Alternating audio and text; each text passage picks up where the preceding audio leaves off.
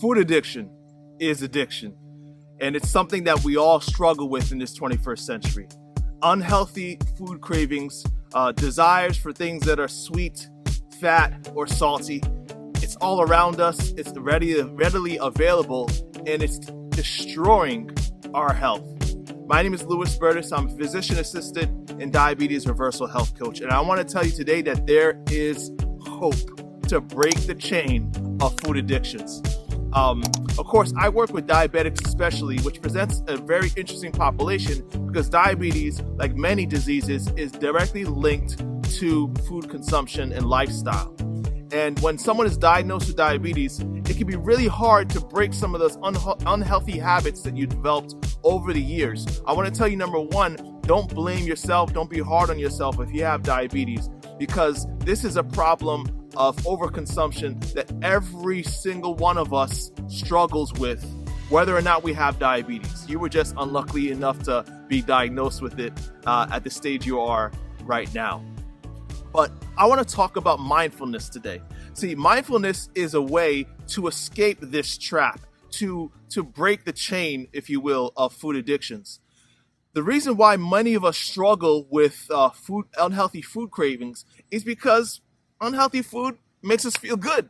The things that are super sweet or fatty or salty, they have a dopamine releasing effect, a euphoria, if you will, when we eat them.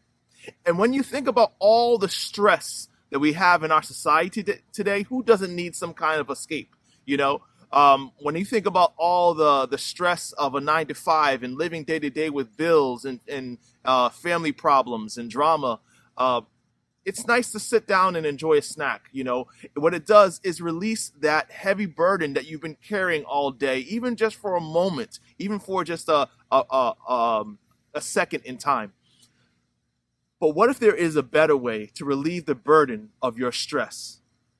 There is, and that's what mindfulness teaches. And so in the next few minutes, we're going to break down a simple way to practice mindfulness through an acronym called STOP. All right. So definitely make sure you watch until the end so you can start to practice this method of meditation and break the chain of food addictions. So I've been practicing this method myself for a while now, and I could say that it's worked for me. And it's this method that I now teach my clients to help them break those unhealthy food cravings. And it's actually an age-old principle. A lot of people think that meditation practice is something new, but meditation practice is something as old as the Bible. Very often we are admonished in the Bible to be still and to enjoy the presence of the moment. There's also a verse that's very highly misinterpreted in the Bible. In Philippians chapter 4, it says, I can do all things through Christ who gives me strength. And we think of this verse and we say to ourselves, well, this must mean that through Christ, I can overcome all burdens. I could jump anything that stands in my way.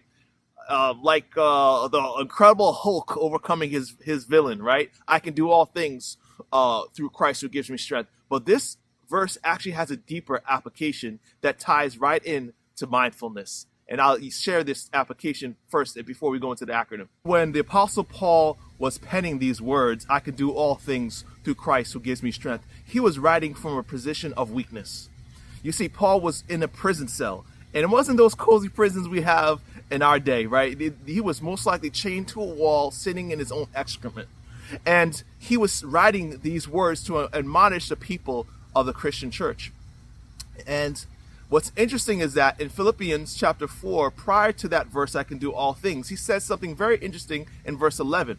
I have learned the secret of being content in any and every situation. You see, being content in any and every situation is a summary for mindfulness.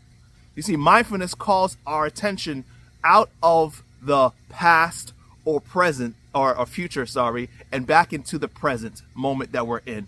We learn to acknowledge our stress and our anxiety and our burden, the things that we cannot change.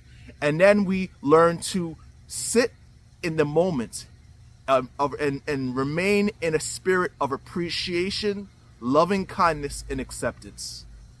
and then we proceed throughout the day. I want to promise you that we will have more videos to come on how to practice mindfulness meditation to help us overcome those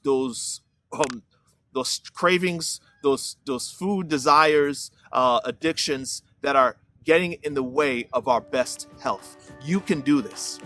If you want to find a free consultation with a health coach, check out the link in the bio section, and you can have a free 30 minutes to 45 minutes with me to see if a coach will help you in this journey of health, right?